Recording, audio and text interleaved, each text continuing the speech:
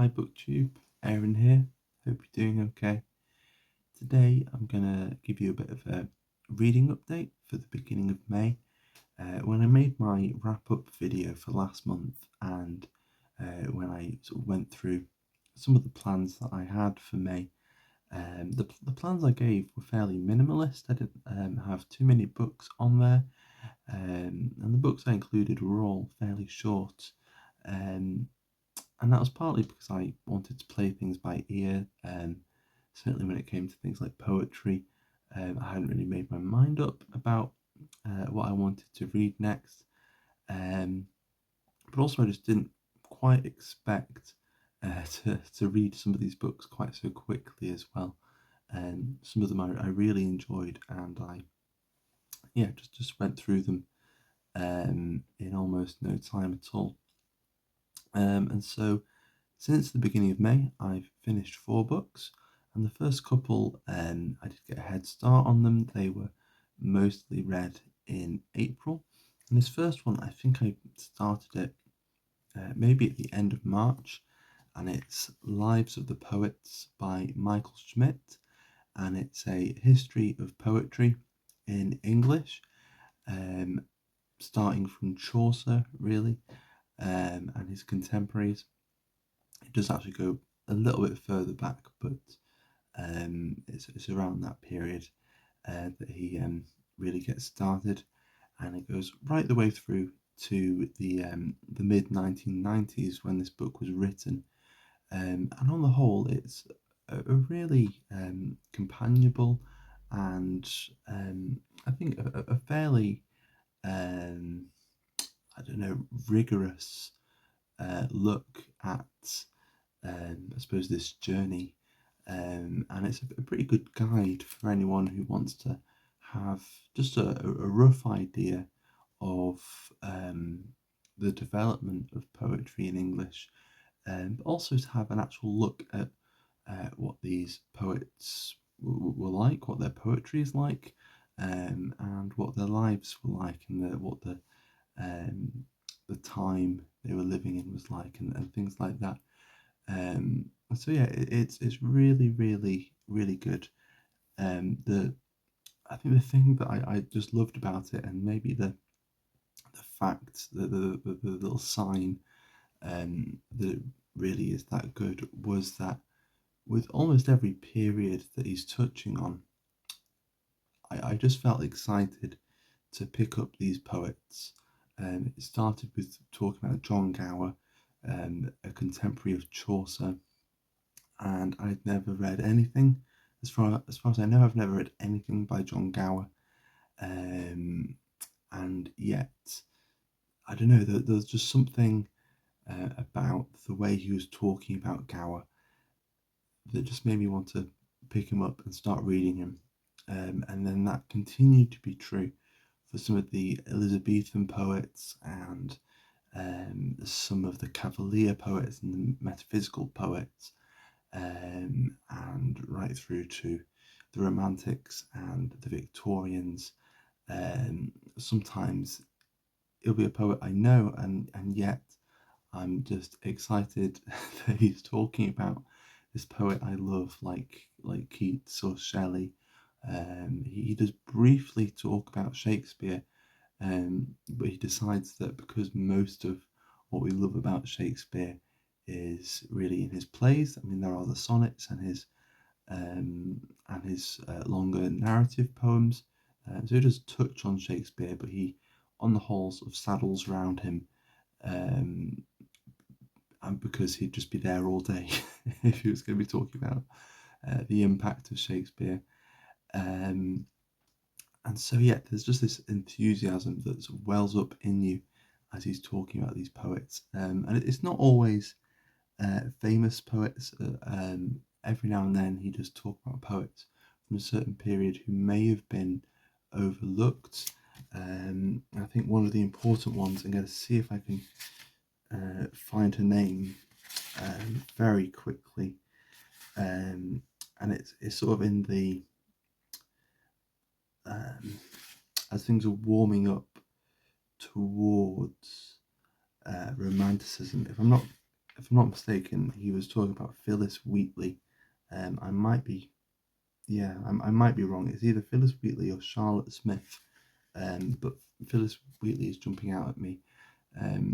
At a poet who, although not in all of her work, yeah, you couldn't really see what you'd think of as romanticism in all of her work, and yet there's one or two poems and certain passages that just sound like Wordsworth, and yet she was writing before Wordsworth, and so you can sort of see things moving towards romanticism. Um, so there's little details like that, as well, are just part of the joy of this book. And then just past the halfway mark, once he's gone through the Victorians and the high modernists, he takes a pause for breath, because he's writing this in the mid 1990s, and he's stopped, with poets who sort of made a name for themselves, mainly in the 20s, and who were writing, through to about the 60s. And so already there's this issue that a lot of the poets he's about to start talking about are going to be quite close to home, at least for him.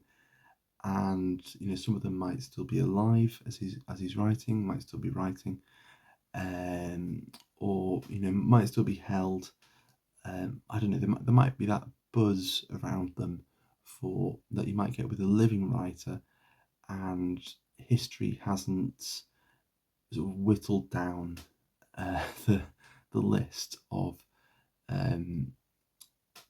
the key contributors to poetry, and that seems like a cruel way of putting it, but I think we kind of see it. I think when we're reading anything, there are just so many authors putting out so many things, and I think it does take time to really see who are the ones who actually were more important, who had more to say, and you can also then, with that distance of time, that's when you start classifying things into certain movements and certain traditions, so that the romantics didn't really call themselves romantics. That was something sort of plastered onto them afterwards, when people were looking back and seeing that there were these certain poets they could put into this group.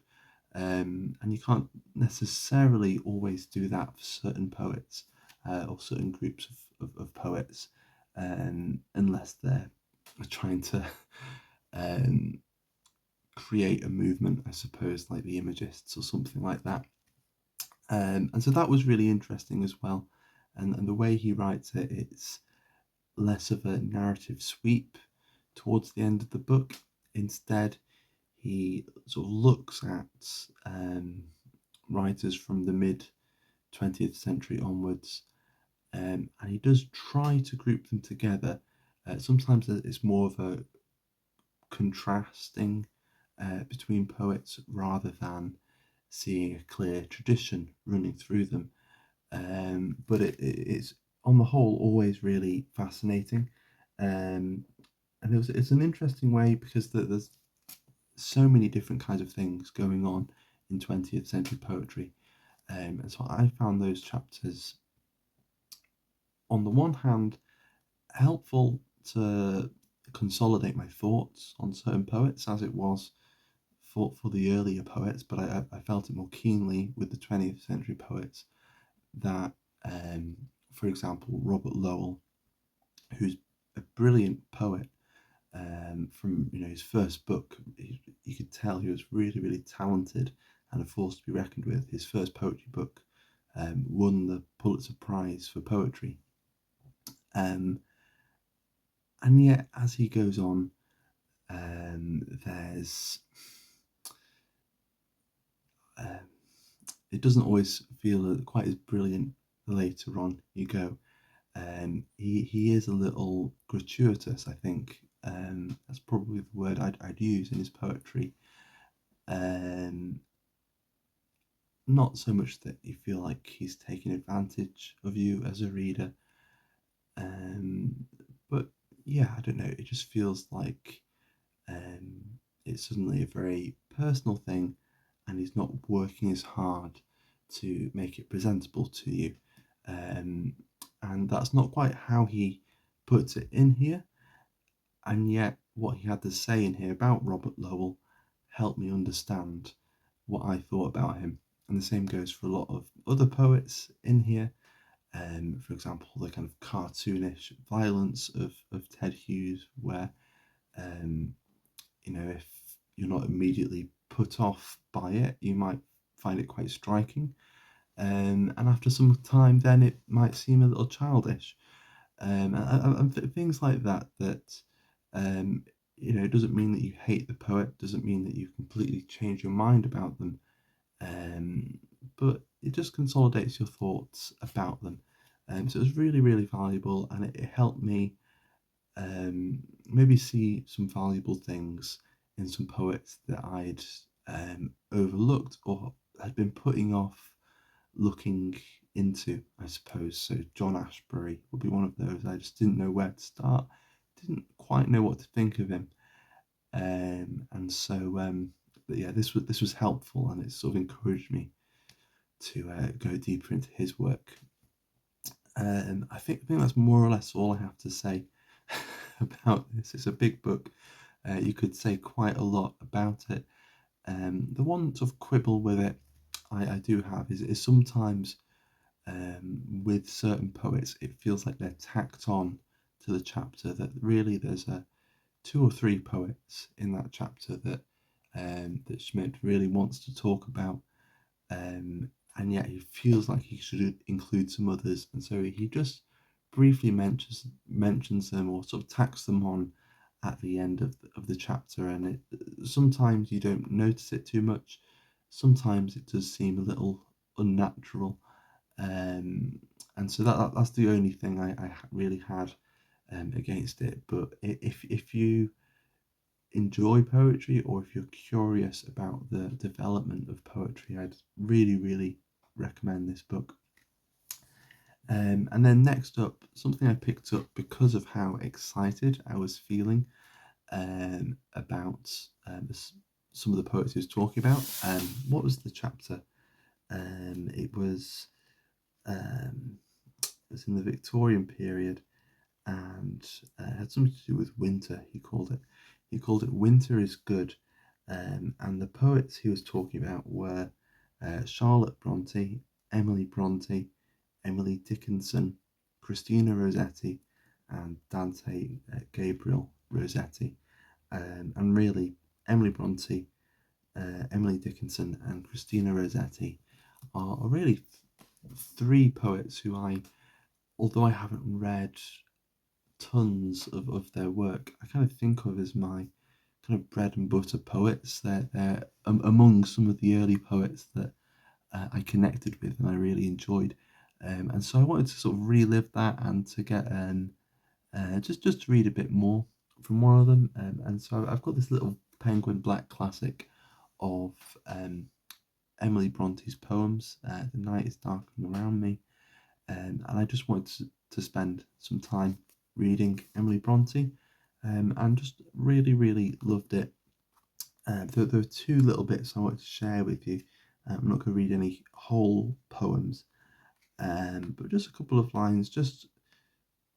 I think they just show you two characteristics that you can expect in Emily's poetry, and I think it's a lot of what you tend to see in the Bronte sisters' writing generally. The first is a tiny little poem. It's untitled, and it goes like this. Woods, you need not frown on me. Spectral trees that so dolefully shake your heads in the dreary sky, you need not mock so bitterly. So there you've got, she's addressing nature, and yet it's not quite anthropomorphized necessarily, but it's not quite pathetic fallacy either. There's with the spectral trees and things like that, and shaking trees shaking their heads and things like that. There's the suggestion of darkness and wind, but it's not stated explicitly in the poem. And yet it's addressing the poem and as if it's a person, and it's sort of placing the speaker's feelings, and it's or sort of throwing them out into the air, and the speaker is sort of expecting the natural world to respond. So I found that really intriguing, that poem, and the kind of unnatural way in which the Brontes sometimes engage with the natural world. And then there's just the last stanza of a poem that's called Honour's Martyr, and this is just the I don't know, the courage and the sometimes sort of stubbornness, I suppose, but also just the brilliance, I suppose, that you see in the kind of fortitude that the Bronte sisters can present, and that Emily is presenting in this poem. And at the end of this poem, she says, "So foes pursue, and cold allies mistrust me, every one. Let me be false in others' eyes, if faithful in my own." So yeah, the end of that poem just made me smile when I read it the first time through. So yeah, thoroughly enjoyed spending some more time with Emily Bronte, and then a couple of Italian writers. The first up here is Dino Buzzati. This is The Stronghold, and this is a story about a lieutenant. His name is Giovanni Drogo, and he's fresh out of military school. It's his first commission, and he's been sent to what's it called, the Fortezza Bastiani, and it's up in the mountains on the frontier of this empire, and it's sort of craggy mountains all around it, but then below it there is a plain, and that's on the other side of the border, and initially when he gets there, it's almost as if he's forbidden to look at it until he goes on his first sort of shift on the watch, and he has to go out on the battlements, and it's just a very strange, slow book, where kind of the point of it is that not much happens, and that the character's relationship to time kind of changes. It kind of reminded me of the Magic Mountain. It's a very different book to the Magic Mountain, but you just get this feeling that as you're following this character, you're going up into a totally different world where there are totally different rules, and I suppose one of those rules that are different is the way that time works, that it's kind of slower, but it's also kind of faster, and you just experience it and you measure it in a totally different way. Perhaps one of the ways in which that's presented is when the soldiers and officers are on watch. Their watch is an entire day, a 24-hour stretch, and when it's night time, I think in the official rules they're told that as long as they don't undress, they're allowed to sleep, and yet it's just sort of crept in that people will just stay up, and that they will just force their way through the total 24 hours, and so that's one way in which the way we experience time and our sort of our rhythm is sort of thrown off in here. And then there's the monotony of their days as well, that they're looking down at this desert quite expectantly, because there's the possibility that someday their enemy might come and there are just a few events in the book where suddenly something changes and they do see something, and it feels so arresting, and it feels like the entire world has been turned upside down. It's a really intriguing, and it's only short. And although I said it was very slow, I think it is a very well-paced book and a very entrancing book.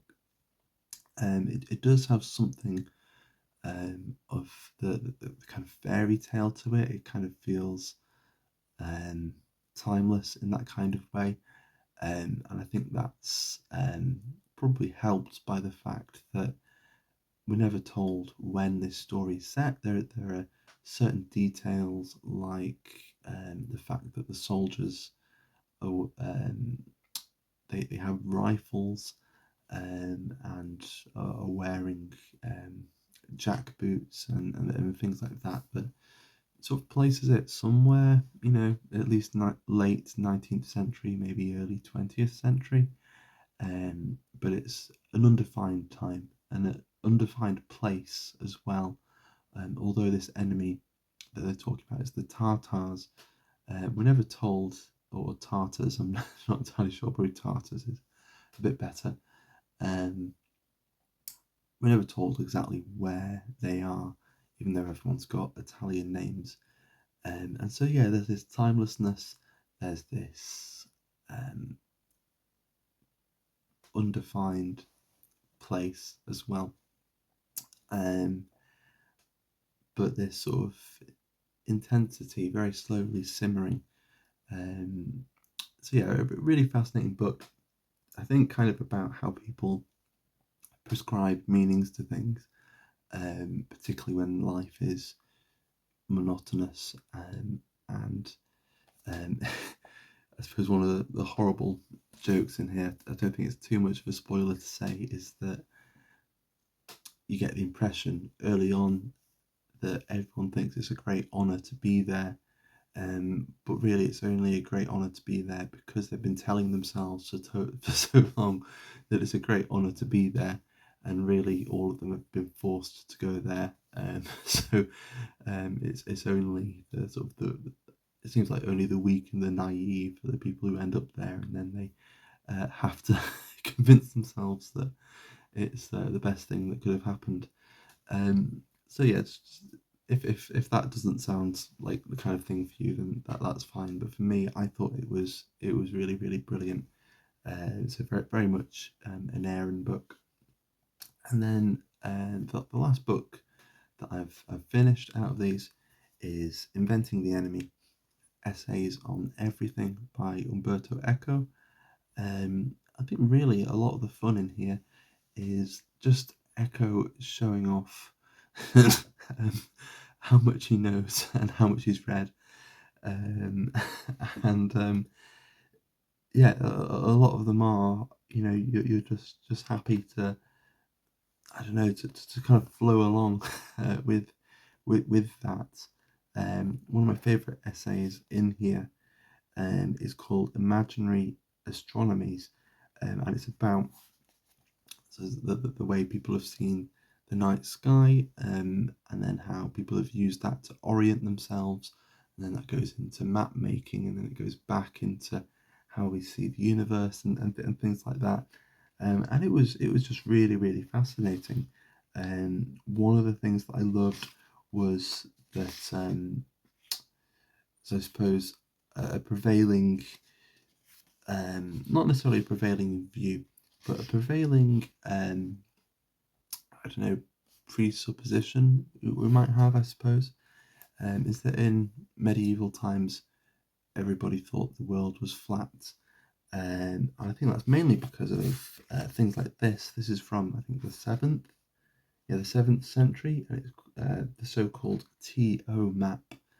And apparently this diagram, where essentially people look at this and they think, they thought the world was essentially like a coin, a flat, round shape.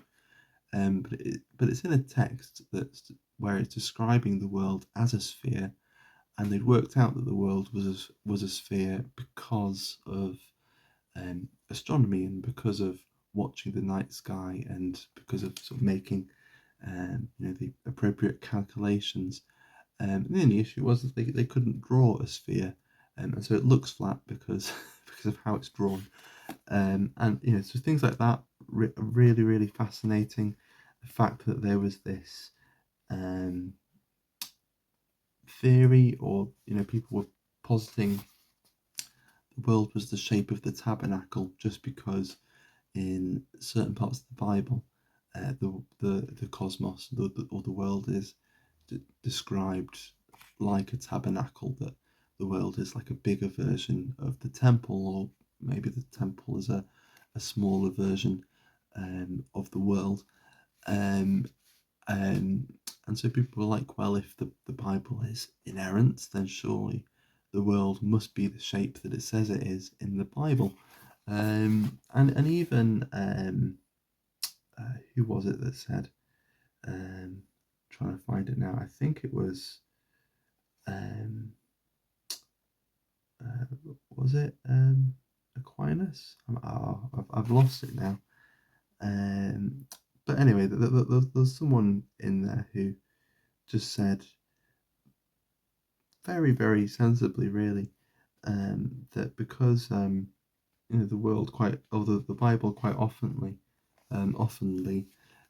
deals in metaphor, and there are lots of other things about the world that are metaphorical, and since the shape of the world has got nothing to do with the salvation of souls, maybe it's not really something worth talking about. And so yeah, just things like that were really funny. But anyway, part of what I loved about it then was sort of going into how false ideas of what the world is like actually lead to real discoveries. And one example of that he gives towards the end is this map here. And right at the bottom, I think they had a theory that there must have been, and this was in the 17th century, I believe. And essentially, the North of America is fine, Africa's more or less fine, Europe is more or less fine, a fair bit of Asia looks fairly as we would see it. And yeah, the southern hemisphere, is, with the exception of a fair bit of Africa, is a mess, really. And I think they must have had a theory that there must be this massive continent in the southern hemisphere that's as yet undiscovered, that sort of equals out the Earth's total land mass. So because we have so much land mass in the northern hemisphere, there must somewhere be another continent that sort of matches that land mass. And they called it Terra Australis, an immense cap that covers the southern part of the planet.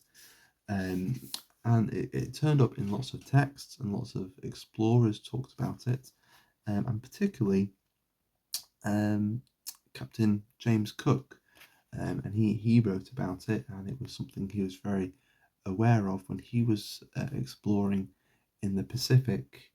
And even though he didn't find this continent, he did eventually find the real Australia, the Terra Australis, and also Tasmania in New Zealand. And so at the end he just says, spare a thought then for those who fought at the frontiers of infinity and the future. Remember the greatness of those imaginary geographies and astronomies, and those errors that often bore fruit. And just that, I don't know, that gracefulness I think he has towards people who are clearly wrong or have crazy ideas. And as long as, I suppose, they're not being actively harmful, if they can actually inspire people towards positive change, then Eco doesn't seem like someone who's going to sort of shout it down. In a similar way, when he talks a little earlier on about religious relics. There's a whole chapter about religious relics, or a whole essay, and I think it's more or less what his book Baudolino is about. And he talks about in this essay called Treasure Hunting. He met a monk. I think he said it was on Mount Athos, and he found out that this monk had been a communist and had taken part in a revolution, but now he's a monk, and he looks after these relics. And so he's thinking this must be a very rational man, or at least at one time he thought himself as rational, and he's thinking maybe what changed or things like that. So he asks him whether he actually believes that these relics that he's handling are real, and the man essentially says that when he I think he basically just says that when he sort of kisses them, because that's sort of what they do with them, he feels something holy or sort of different, something otherworldly about them. And then Eco goes on to say that he doesn't have faith because the icons or the relics are real. Instead, he already has the faith, and that it's his faith that makes them real, even though they're not real, if that makes any sense. And that's definitely what Baudolino is about. So that's quite fascinating, and I suppose with him being interested in semiotics, in signs and meaning, the fact that the relics have nothing in themselves, and they're just signs that we ascribe meaning to. I think that's very much sort of up his street. So yeah, just lots of very fascinating stuff. And on the whole, it never feels, even though you're seeing how well read he is and how stupidly large his library is, it never feels like he's talking down to you, and he never seems judgmental really about the subjects that he's talking about as well. So yeah, just a very fun and curious collection of essays. And then I'll just go through quickly what I am working on at the moment and what I'm planning to be reading soon. I've been reading quite a lot of Lydia Davis's stories recently. I hadn't planned to pick any of them up. About a year or so ago, I had her as I had this book as a book to have around and just pick up when I was in the mood. And those sorts of plans never go very well. The book just ends up being forgotten if I'm not intentionally going to it on a regular basis. And so I just decided to pick it up and for a few days make it the main book that I read. And I've read a fair bit from it now. I'm over halfway and I'm really enjoying it. I'll go into what I like and what I've been particularly enjoying about Lydia Davis once I've finished, and perhaps I'll have a bit more to say. Then again, going on from the lives of the poets, this is a poet I wanted to reconsider, that I felt that Michael Schmidt thought that this poet was important and should at least be considered, and that's Elizabeth Bishop. And I think I read this, her collected poems, in a bit of a rush. I think I don't think I gave each poem due consideration, and so essentially what I decided to do, I think it was back on Sunday, I looked at the calendar, I looked at how many days were left in May, and then I looked at the table of contents and I counted up the number of poems in here, and sort of worked out if I read 4 to 5 poems from here every day, then I would probably get the whole of the book finished by the end of May. So it was a rough calculation, so we'll see how it goes. But it just means that I can take sort of 10 minutes or so to read the poems really slowly, knowing that I'm only going to read a very small handful at a time, and just spend some time with them and see what I think. And that's been really rewarding, just to slow down. So this will be the bulk, or maybe all, of my poetry reading for the rest of the month. But so far it's been very rewarding, and I should probably show you the fruits of that with a Poetry Thursday or something eventually. And then I've still been cracking away at Kafka's Diaries. I am past the halfway point, really. There are a fair few notes at the back, but with the main core text, I'm past halfway now. And it can be a bit confusing because with each notebook, it's not necessarily in chronological order, or you might write a few pages in one notebook, put it aside, write something else on another notebook, and so there's this sort of fairly constant jumping backwards and forwards in time. And so when it comes to some momentous events in his life, such as his engagement that eventually broke off with Felice Bauer, we kind of get the lead up to that breakup, or him just talking about the engagement and his fears and anxieties about the prospect of actually marrying her and whether she actually likes him at all. And then suddenly it's all over. He hasn't talked about it, and maybe you're thinking, okay, he doesn't want to go into it. Fair enough. But then you go back a notebook, and it goes back to before the engagement, and then eventually there are a few pages that actually go into the day that it broke off and him working through it, and you get that a lot, sort of all over, and so it can be a bit confusing. But he's, it's not a novel. It's just someone's diaries, someone's jottings, and he writes down his dreams. He writes down drafts for stories, and sometimes it'll literally be half a paragraph, and then the very next entry will be a rewrite of that paragraph, and then a rewrite of the rewrite, and things like that. So you are literally just flicking through his notebooks, and it's been really, really interesting. So I've liked it, but I can appreciate how if you're not expecting that, it might seem a bit odd.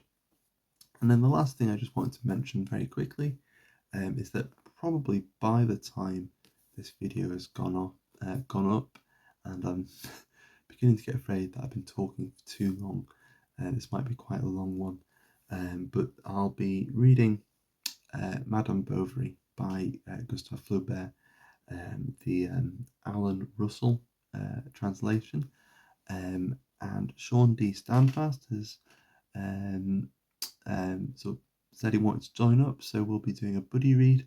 We may have someone else who wants to join in, I'm not too sure yet, but I'll be buddy reading this, and we'll just do it over a few days, and we'll see how it goes. But I'm excited to see what this book is actually like. As it was with Les Miserables, Sean has already read this, so I'm looking forward to seeing what he has to say about it. And that's everything. So I think it has been a bit of a long one, so thanks for watching if you got this far. But I will, I'll leave it there. So again, thanks for watching. I hope your month has got off to a good start, and I'll see you soon for something else. So take care. Bye bye.